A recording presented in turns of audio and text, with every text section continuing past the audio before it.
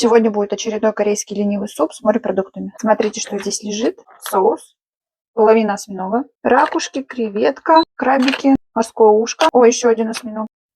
Кальмары и пакет с овощами. Можно, в принципе, и так. Мы же в Корее. Как это варить? Где инструкция?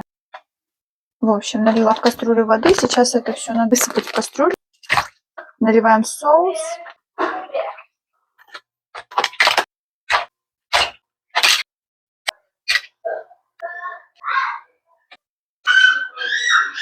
Добавлю немного лимонного сока и красного острого перца. Варить 5-7 минут. Та-дам! Вот такая красота. Красный сладкий соус.